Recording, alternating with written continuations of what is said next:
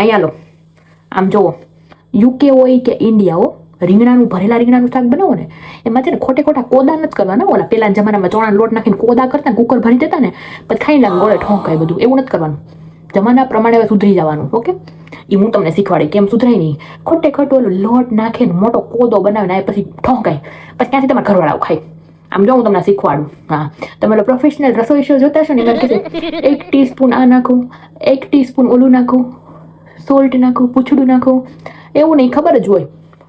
ટૂંકી અને સરળ રીત તમે ખાલી જોવો મારી યારે. હા, બાકી હવે છે ને પોતા બનાવતું નહીં. હા, પેલા છે ને બધાને કહી દઉં છું, આ સાઈડમાં છે ને તલનો અને ટમેટાનો કચરો દેખાય છે ને, આ બધો એને ઇગ્નોર કરજો. હો, હા, હું અહીંયા નથી કુકિંગ શો ચલાવતી, એટલે ક્લીન કરીને બધું કરું. રસોડામાં આવું જ પડ્યું હોય. હા, તો છે આજે યુકેમાં છે ને ભરેલા રીંગણાની સબ્જી બને છે, એ કોદાવાળી નહીં, સિમ્પલ. તેમાં શું લેવાનું છે? ખાલી ને ખાલી સિંગદાણા હોય ને શેકેલા, કાચા હોય તોય ચાલશે. શેકેલા સિંગદાણા હોય ને એનો ભૂકો લઈ લેવાનો, થોડીક ટમેટાની ગ્રેવી લઈ લેવાની, થોડાક તલ લઈ લેવાનો, ધાણા લઈ લેવાના, લસણવાળી ચટણી લઈ લેવાની, થોડું ગરમ મસાલો, મીઠું, એ બધું તમને ખબર જ છે. ધાણા, થોડાક તલ, અને જો એટલું જ નાની એવી ચમચી ચણાનો લોટ શેકીને નાખવાનો. વધારે કોદો નથી નાખવાનો, નહીંતર કોદો જ થશે. ના રીંગણા, બરાબર. એટલી વસ્તુમાં તમારું સુપર ડુપર મસ્ત એવું ભરેલા રીંગણાનું શાક થઈ જશે.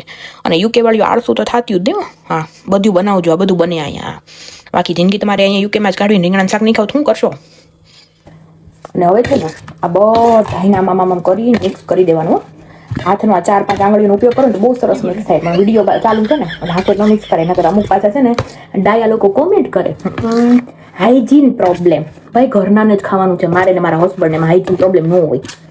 જે 4 આંગળી યુઝ કરીને હાથેથી જે મિક્સ કરીને ભરવાની જે વસ્તુ છે ને એનો ટેસ્ટ અલગ હોય. એટલે ભાઈ ઘરમાં લેડીઝ જે ખાવાનું હાથેથી બનાવતી હોય ને એનો જ વધારે ટેસ્ટ આવે. ચમચી કે ગ્લવ્સ પહેરીને જે કરે ને એના કરતાં હાથનો ટેસ્ટ હોય ને એ સરસ હોય. ખોટી કોઈને કોમેન્ટ કરવી ન. આ તો તમને બધાને બતાવવા મારે, કેમ કે હાઇજીન વાળી કોમેન્ટ નથી વાંચવી ને એટલે. લ્યો, જો મિક્સ થઈ ગયું, થોડું ભેગું રહેલા રીંગણા છે ને ભેગા રહી, નહીતર આમ ફર બહાર નીકળી જાય, છૂટો મસાલો હોય ને તો. હા,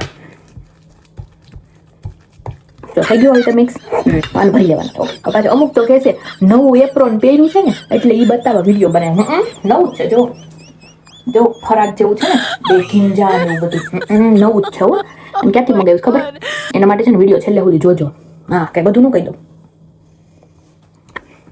તો એમાં હવે છે ને હાથનો યુઝ કરી લેજો. મારે તો જો ઘરે જ ખાવાનું છે એટલે હું તો હાથનો યુઝ કરી લઉં છું.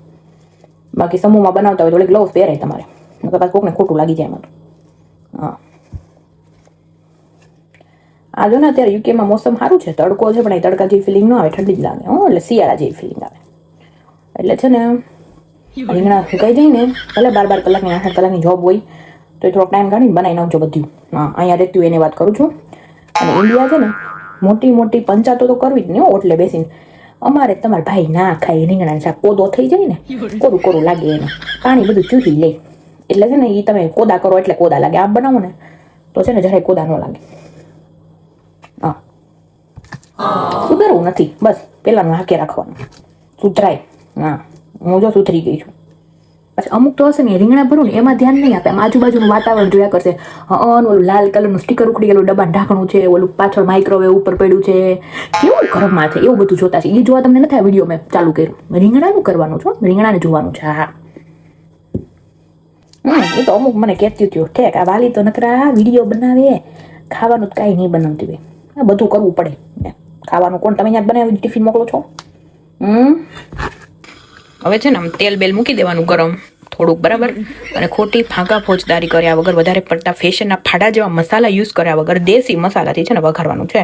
એમાં રાઈ નાખવાની ઓપ્શનલ છે. ઓકે, યસ, થોડીક એવી નાખી દો. તમને એમ થાય કે નાખી લ્યો.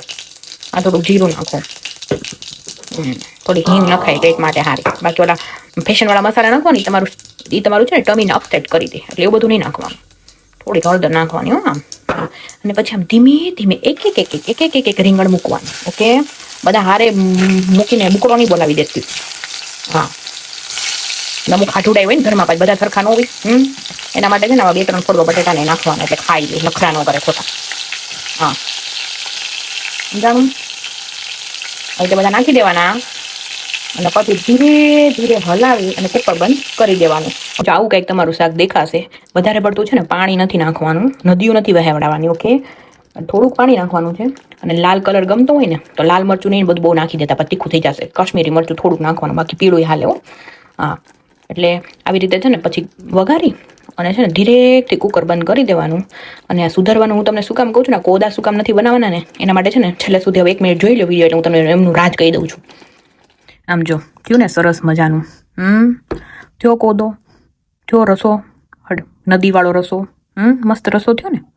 તો આમ બનાવવાનું.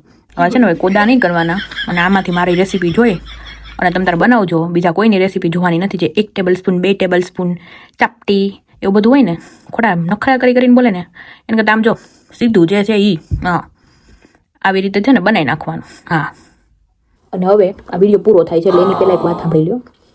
હું તમને શું કામ કોદા બનાવવા ના પાડું ખબર? કેમ કે હું પહેલાં કોદા જ બનાવતી, એટલે મારાથનું કોઈ ખાતું જ નહીં. રીંગણા શાકનું નામ પડે ને એટલે એમ કે નહીં, વાલી બનાવીને રીંગણા શાકને ગળે ઠોંકાય. તો આ વાત મારા સાસુએ સાંભળી લીધી. તો છે ને મોસ્ટલી સાસુ એવી હોય કે સાંભળે તો એમ કે એને એવું જ આવડે છે એમ. પણ મારી સાસુ એવી નથી હો. મારી સાસુ છે પુરાનું મોડલ, પણ રહે છે મોડર્ન જમાનામાં. એટલે એને મને મોડર્ન શાક બનાવતા શીખવાડ્યું. એને મને એમ કીધું આમ જો કોદા નહીં કરવાના, આમ બનાવજે. એટલે આ એની રેસીપી છે. બાકી હું કોદા જ બનાવતી તમારી જેમ, આપણે બધા હરખા જ છીએ. પણ હવે છે ને સાસુમાની વાત માનીને આવું સારું શાક બનાવજો. હા, આમ સાંભળવાનું ન આવડતું હોય ને તો થોડુંક સાંભળવાનું, બહુ હવામાં નહીં ઉડવાનું. મને બધું આવડે. અને આમ અમુક તો એમ કોમેન્ટ કરશે, વાલીબેન અમે આમ જ બનાવી. એને આવડતું ન હોય આપણી રેસીપી જોઈને પછી ઠેક અમે આમ જ બનાવી કરીને જાણી લે. અમુક બાઈની આદત હોય એમ કે તમે કેમ બનાવો, એટલે આપણે કે અમે આમ કરીને આમ કરીને આમ બનાવીને ઠેક અમે એમ જ બનાવી કરીને રેસીપી જાણી લે. પણ ભણની દીકરીઓ એમ ન કહે કે ઠેક તો સારી રીતે બનાવો, અમે આમ બનાવશું એમ ન કહે, અમે આમ જ બનાવી. એટલે છે ને એવી ખોટી છે ને ન આવડતું હોય ને એમ કહી દે તમે શીખવાડ્યું લ્યો હવે આમ જ બનાવશું એમ બોલજો પાછું. હા, અને કોમેન્ટ કરવાની, કોમેન્ટ કરવાનું તો ભૂલવાનું જ નહીં. હા, અને કોદાવાળા શાક બનાવતા હોય ને એ જોજો આમાં. હા, બાકી તમે તારે 1 ચમચી મીઠું 2 ચમચી મીઠું ત્યાં જોઈ લેજો તમે તારે. હા, બીજું કાંઈ ઓકે ભૂલું છું? હા, મેં તમને એમ કીધું તું ફરાક જેવું સુંદર મજાનું એપ્રોન તે મોંમાંથી લીધું છે. સસ્તું ને સારું.